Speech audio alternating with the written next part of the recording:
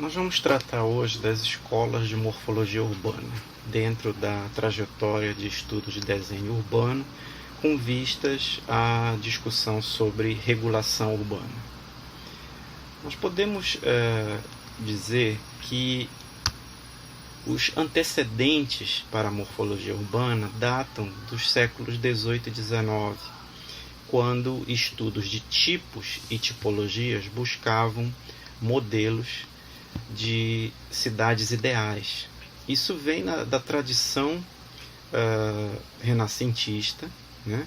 Inclusive, as perspectivas de cidades ou de tipos de edifícios que pudessem, de alguma forma, pela composição urbana, garantir qualidades até mesmo ligadas à pintura, foram trabalhados no fim do século XVIII, século XIX, em busca de cidades ideais. Nós temos aqui as perspectivas, os vedute em italiano, do que seria, né, a cidade ideal a partir da visão renascentista. Então, os tipos, eles consideram a possibilidade de garantir essa qualidade, né, ou essas características de percepção, de direcionamento, de coerência entre volumes, inclusive com diversidade. No século XX, os estudos de tipos e também das ideias de morfologia urbana foram retomados como reação à arquitetura e urbanismo modernos, e que vai se constituir principalmente nas discussões, nos projetos, nas iniciativas que assumem a dianteira na discussão mais recente do desenho urbano. Podemos também, já nessa trajetória mais recente, fazer algumas observações de o quanto a morfologia urbana foi importante nesse processo de reação ao modernismo que eu acabei de falar. Principalmente a partir de alguns questionamentos.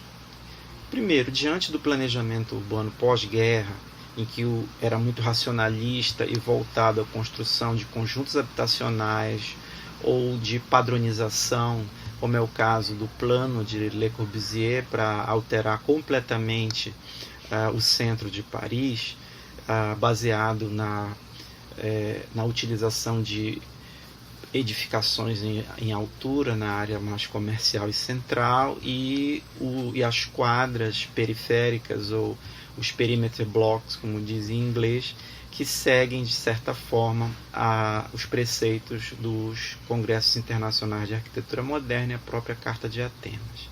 Então, diante desse racionalismo, estudos sociológicos e urbanistas criticam a destruição da forma urbana pré-existente e a remoção de comunidades instaladas, geralmente de baixa renda, nesse casario pré-existente. Isso aí tem a ver também com uma maior conscientização do patrimônio cultural e ambiental, que leva à retomada da arquitetura como expressão cultural e formal. Não se trata exclusivamente de uma ação de patrimônio ou de preservação unicamente pelo patrimônio edificado, e sim por uma tomada de posição tanto de caráter social como de caráter arquitetônico, justamente para que essa ideia de patrimônio cultural esteja colocado no plano da cidade. Então, a ideia da morfologia urbana surge como uma alternativa ao movimento moderno em estudos de tipologias edilícias por franceses e italianos, no caso o italiano Aldo Rossi, Carlo Aemonino, Severo Muratori, Paulo Caniggia, os franceses Philippe Panerai, Jean Castex e Jean-Charles de Paul. As obras desses morfólogos, como passam a ser conhecidos, trazem uma influência muito grande, como nós vamos ver. De tal maneira que esses estudos de morfologia urbana e de tipologia, ao serem retomados a partir da década de 1960, após a Segunda Guerra Mundial, eles vão acontecer em diferentes expressões, em diferentes partes do mundo, através da criação de um aparato de planejamento urbano que, de certa maneira, vai dialogar com esse racionalismo e a construção desses conjuntos habitacionais.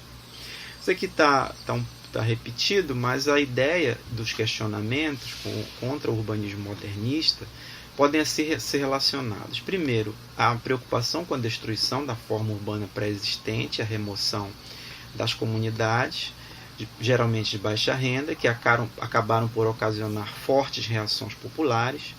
Os estudos urbanos e sociológicos começaram a ser feitos, criticando os efeitos e as consequências do urbanismo moderno, principalmente no que se refere à padronização e à construção de edificações ou de conjuntos habitacionais verticais, em que há uma quantidade muito grande de espaços ociosos, espaços vazios, que levam a efeitos sociais indesejados, como a delinquência, o tráfico de drogas, o consumo do álcool em certas áreas, enfim. E, como eu já falei, a maior conscientização do patrimônio cultural e ambiental, que levou a uma reação ao racionalismo de cunho tecnicista e a necessidade de retomada da arquitetura como expressão cultural e formal. Aqui vale a pena enfatizar o que nós estamos chamando de tipo em arquitetura e urbanismo. Para o Aldo Rossi, a importância da continuidade histórica da arquitetura da cidade, inclusive é o título do livro dele, Arquitetura da Cidade, parte do estudo dos elementos dos quais as cidades são compostas e a forma como se agrupam para termos bairros. O tipo é o elemento fundamental da arquitetura. Seria aquela composição básica a partir da qual a continuidade histórica e os seus derivados, seja no tamanho, na forma das edificações ou das quadras ou até mesmo dos lotes, vão ter uma importância fundamental para a arquitetura. Já Carlo Aimonino, os problemas e relações do binômio arquitetura e cidade não foram solucionados pelas definições consideradas por ele reducionistas do urbanismo modernista, principalmente por causa da discussão do monofuncionalismo zonal, ou seja, o zoneamento, embora fosse articulado a questão dos usos, trazia como consequência o problema do monofuncionalismo, causando certas situações urbanas de monotonia e que, conforme havia o aumento dessas tipologias ou desses tipos específicos, né, ou não seriam exatamente aqueles encarregados de trazer a história e elementos sociais já estabelecidos, fez com que o urbanismo modernista tivesse problemas sociais muito grandes. Logo, o que seria o tipo? É o objeto a partir do qual podem ser concebidos por cada pessoa obras totalmente diferentes entre si. As características do tipo são imprecisas, mas ele é o objeto a partir do qual é possível fazer a composição arquitetônica. Já o modelo é um objeto que deve ser repetido de forma exata. Todas as características são definidas com precisão. Enquanto o tipo é defendido pela morfologia urbana, o modelo é defendido pelo movimento modernista, ou pelo urbanismo modernista, de tal forma que essas duas correntes entram em conflito. Então, para a gente definir morfologia urbana, primeiro, é preciso especificar que ela foca nos resultados tangíveis que resultam de forças sociais e econômicas. Estuda os outcomes de ideias e intenções, assim como dão forma ao território e moldam a cidade. O que são os outcomes? É aquilo que vem a partir das ideias e são tornados concretos, né? Assim como tanto de ideias como de intenções. Então, o que nós vamos ter dentro do conjunto do que é a morfologia urbana? São ruas, tipologias edilícias e até mesmo as áreas livres, considerados organismos que estão constantemente sendo usados e transformados ao longo do tempo.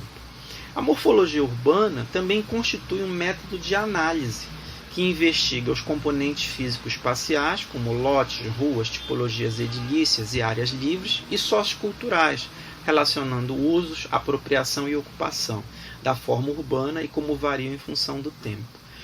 Difere da visão modernista na medida em que os processos analíticos eles articulam os componentes físico-espaciais e os componentes socioculturais, enquanto que a visão modernista ela já traz pressupostos para os dois, tanto para os componentes físico-espaciais como para os componentes socioculturais, quando ele trata do homem-tipo, ou ele padroniza os componentes construtivos das edificações e leva isso para a cidade. Os estudos sobre tipo e tipologia, ao serem retomados por Aldo Rossi, levam à discussão da arquitetura da cidade e a importância da sua continuidade histórica, estudando os elementos dos quais as cidades são compostas e a forma como se agrupam para formar os bairros, identificando o tipo como elemento fundamental da arquitetura. Utilizando o conceito de tipo do tratadista francês do século XVIII, Quatremère de Quincy, o modelo é entendido segundo a execução prática da arte. É um objeto que deve se repetir tal como é.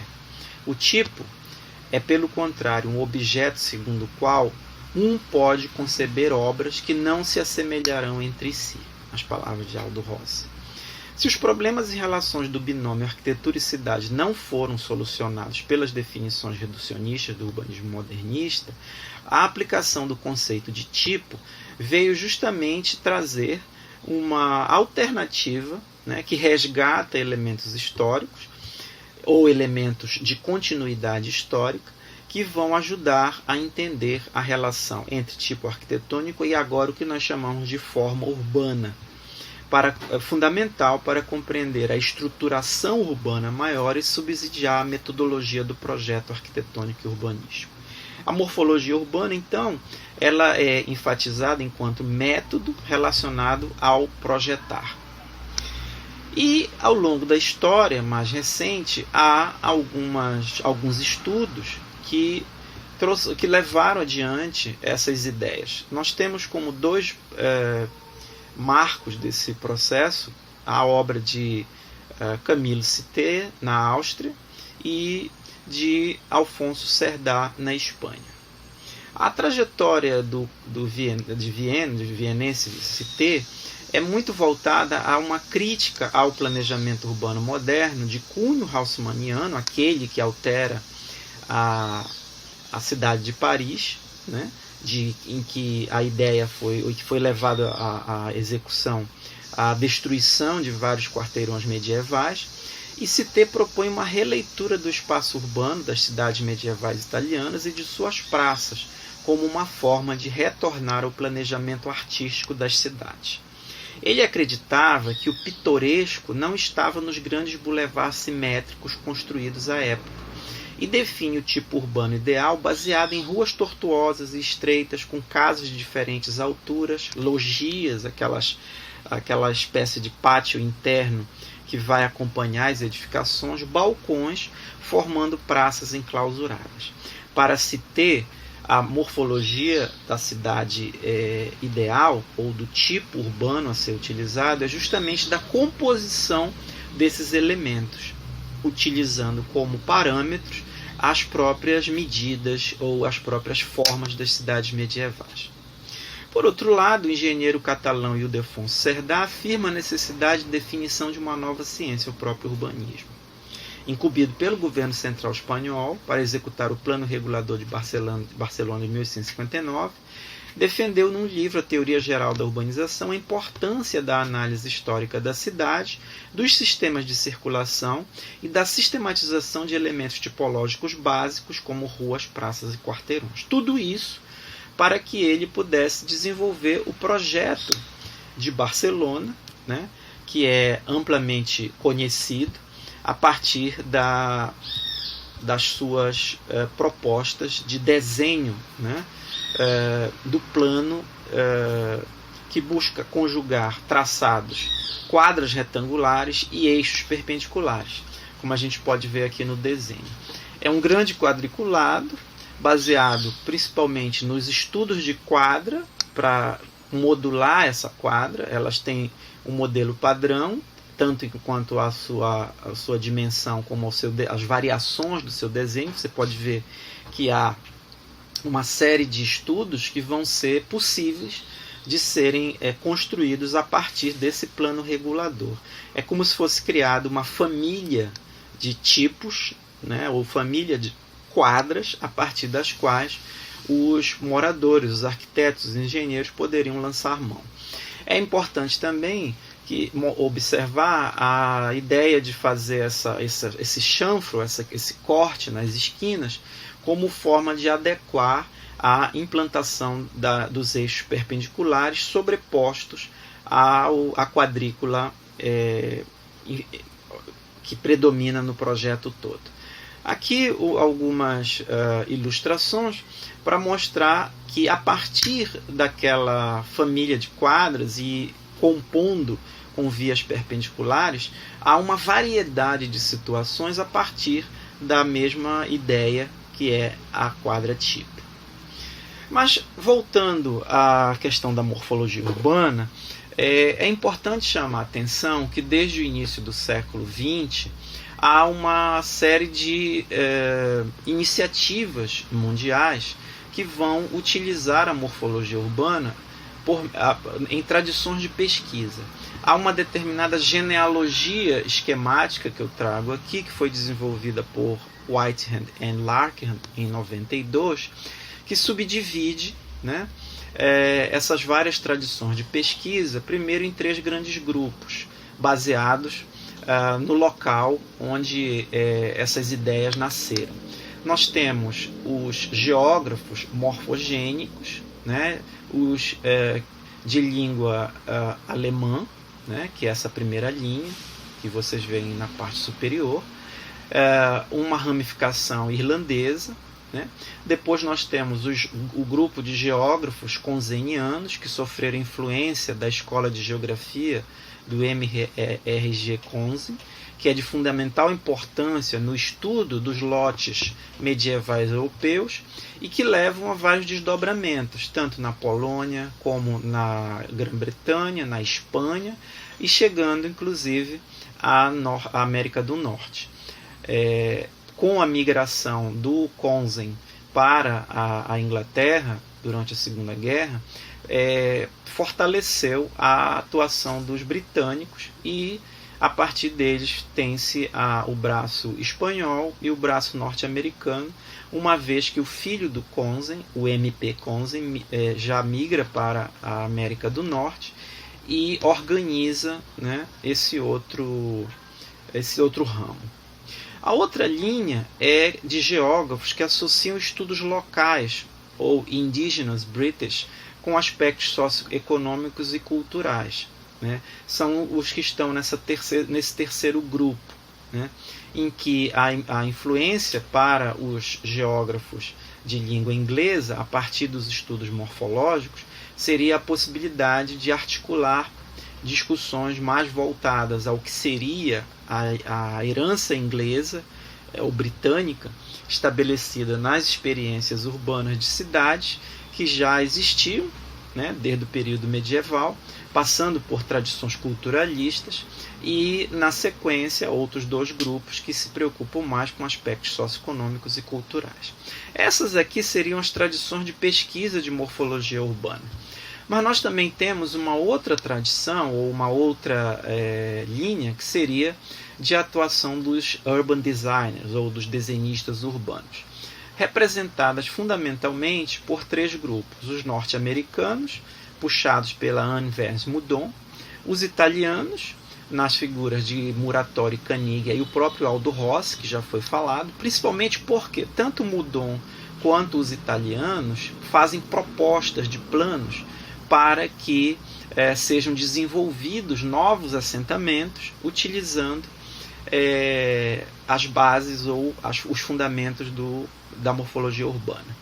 Na Grã-Bretanha tem a figura do Ivor Samuels, que é um desenhista urbano, que vem a ser o meu orientador de mestrado, que desenvolve uma série de trabalhos de consultoria, principalmente para a implantação de bairros residenciais, seguindo os preceitos da morfologia urbana contra a racionalidade do movimento moderno que impera muito na Grã-Bretanha em função da reconstrução do país após a Segunda Guerra Mundial. Já os franceses, Philippe Panéret, Jean Castex e o Jean-Charles Le Paulé, são autores que buscam enfatizar principalmente os aspectos compositivos e da genealogia das cidades. Então, de uma maneira geral, esses autores buscam uma alternativa ao movimento moderno, desenvolvem estudos de tipologia edilícia em projetos para as áreas de preservação, projetos de inserção urbana e regulações urbanísticas de base morfológicas, que serão as que vão nos interessar mais. É aí que entra em cena que nós estamos trabalhando a partir do texto da professora Estael Pereira Costa e da Maria Manuela Neto, as duas escolas, a escola inglesa de morfologia e a escola italiana. Então eu vou fazer aqui um breve resgate para que a gente possa desenvolver mais durante a aula. A escola inglesa conseniana, ela tem uma abordagem qualitativa, rejeita análises quantitativas em geografia, faz associações com a economia urbana. Os métodos incluem observação, identificação de processos, a concepção dos processos observados por meio da identificação de forças e promoção de melhoria nos processos. Ele trabalha muito como um legado de uma expressão geográfica e a manutenção de uma abordagem interdisciplinar. Para isso, ele estabelece uma série de conceitos que vão alimentar e vão trazer condições para que as análises qualitativas possam ser executadas. Quais seriam esses conceitos? Primeiro, a historicidade como característica geral das paisagens urbanas, a paisagem como palimpsesto, essa composição, né, que ao mesmo tempo consegue identificar por meio da historicidade os seus componentes, mas faz uma articulação e uma integração, para que se faça uma análise da paisagem urbana, uma análise do plano urbano, né? Não apenas o desenho da malha urbana, mas dos processos econômicos que dão origem principalmente às dimensões e às formas de lotes e quadras, né? O processo morfológico, então, estabelecido e analisado.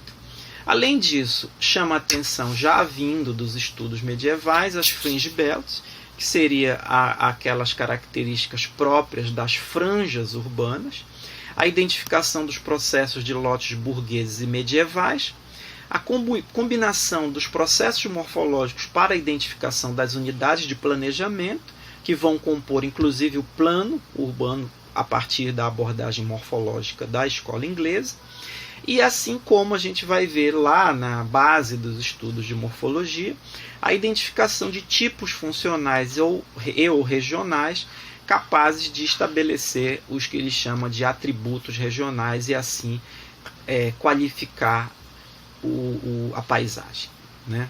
A cidade, então, é entendida como um organismo, onde os seus elementos físicos, ruas, lotes e edifícios são interdependentes e estão sujeitos a sucessivas transformações ao longo do tempo, desencadeadas por mudanças de cunho socioeconômico e cultural. Aqui nós temos alguns esquemas dos estudos de Conzen que fazem justamente essa espécie de decomposição e composição dos elementos básicos das ruas e lotes, e também ruas e lotes e edificações. O estudo da forma, então, baseia-se no reconhecimento dos três elementos físicos básicos que compõem a forma das cidades: as edificações e os espaços livres entre elas, os lotes e as ruas. Esses elementos podem ser entendidos a partir de diferentes escalas ou níveis de análise, como a escala da edificação e dos lotes, a da rua e das quadras, da cidade e da própria região, levando sempre em consideração o decorrer do tempo e as contínuas transformações a que os elementos físicos estão sujeitos. Já a escola de morfologia italiana, né, ela desenvolve estudos teóricos para a projetação em arquitetura, com atenção para os gênios lossi das cidades, que já foi falado na disciplina.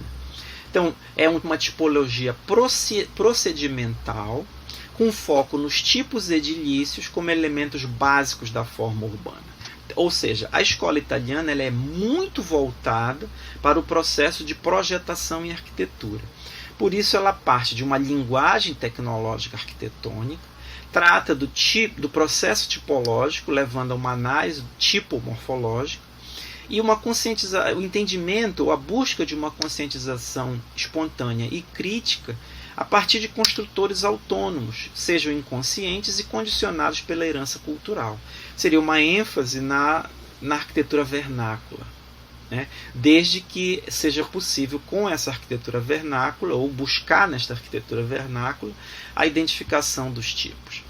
O organismo urbano é formado por nós, polos e rotas, a partir dos quais se desenvolve o estudo dos tipos. A história é considerada operativa e busca relacionar, em grande medida, centralidade e periferia. As escalas de análise e os ciclos civilizatórios vão dar conta justamente dessa possibilidade analítica. Ela tem um cunho quantitativo, talvez pela própria identificação dos tipos e a projetação em arquitetura, e trata a questão geográfica do ambiente humano como a síntese desses elementos todos. Aqui nós vemos algumas ilustrações sobre a evolução, né, aqui já da escola, buscando trazer elementos da escola italiana, com uma recomposição do tecido, a valorização das interconexões na proposta de Jaime Monino para a interligação do Museu de São Marco, no alto da colina, ao mar. Isso aqui é um projeto para Nápoles. E o outro é um estudo para a cidade de Nimes, na França, com a permanência de elementos e parte da estrutura urbana romana no estudo para o crescimento urbano. Aqui nós vamos falar um pouquinho das aplicações, principalmente da escola italiana, já que o processo de definição de um plano, no caso aqui de conservação para o Centro Histórico de Bolonha, é considerado um dos projetos mais exitosos a partir dos estudos da morfologia urbana, conduzida pelo Sevelati, e que teve como objetivos, isso aqui final da década de 60, 1970, que foi refrear a especulação imobiliária, melhorar as condições de moradia das classes trabalhadoras e populares e preservar o patrimônio histórico do centro.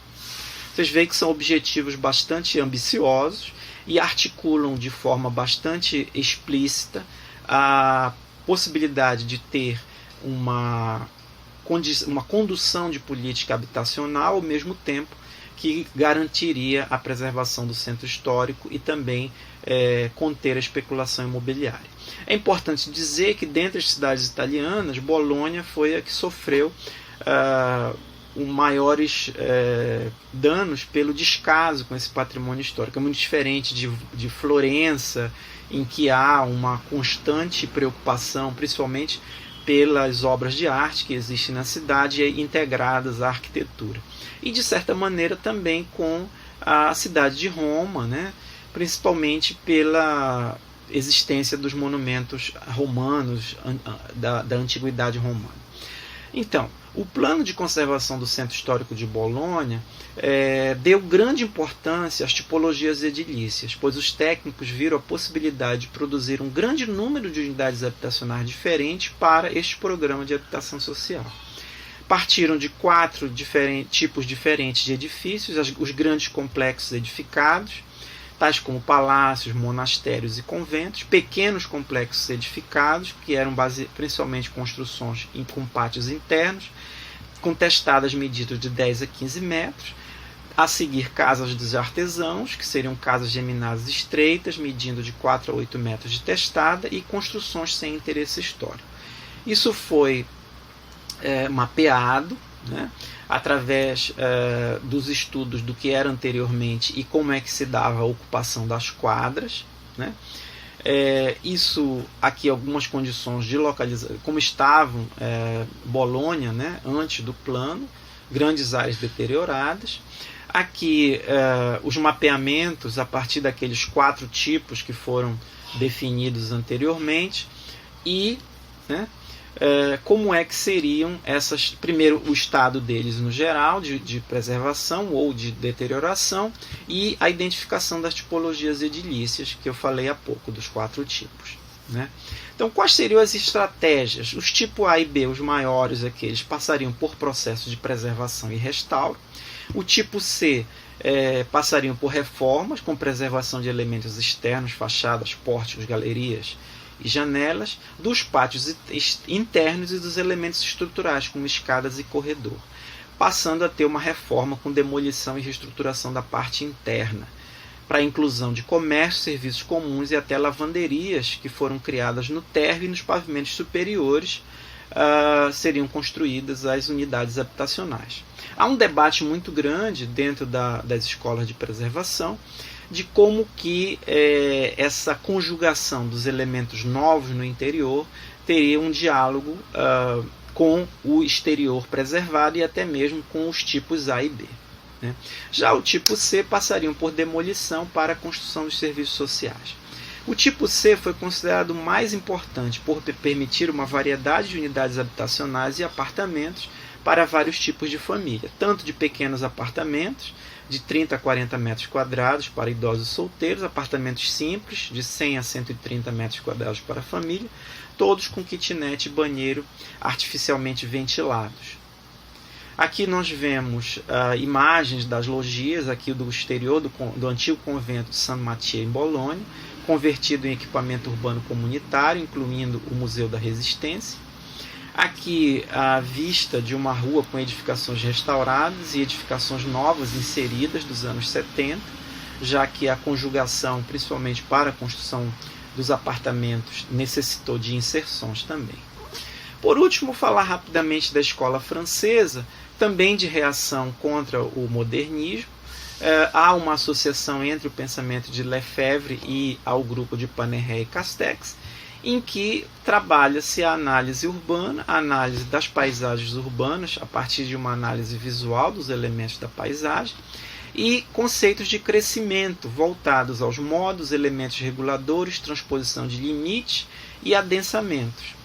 Conceitos de tecidos urbanos, recortes fundiários e parcelares que pudessem incorporar aquela historiografia na identificação das ações necessárias para a manutenção dessa paisagem urbana, além da ênfase na identificação das tipologias e de traçados e hierarquias entre os espaços.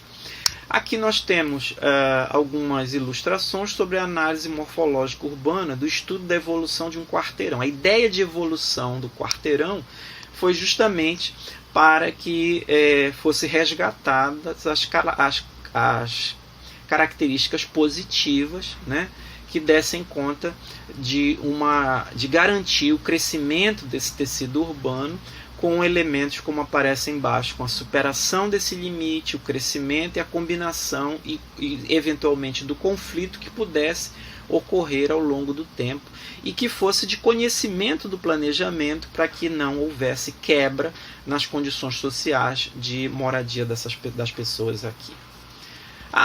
Os estudos de morfologia urbana então podem ser sintetizados em aplicações de 3 tipos. Com propósitos descritivos e explanatórios para o desenvolvimento de uma teoria da construção da cidade, dedica-se a responder como as cidades são construídas e por quê.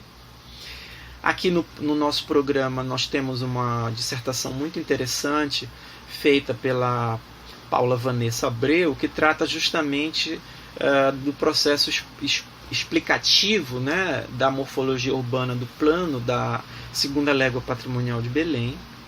Propósitos prescritivos, em que objetivo o desenvolvimento de uma teoria de desenho urbano e dedica-se a como as cidades deveriam ser construídas, ligadas a tradições históricas. É muito do que a gente vai desenvolver a partir de agora também na disciplina. E, por último, a análise dos impactos de teorias de design na construção da cidade. O design como ideia e design como prática. Teorias normativas versus cidades existentes. Relaciona-se à necessidade de que os projetistas reflitam os resultados dos seus projetos. Nessa linha, nós temos a dissertação da Juliana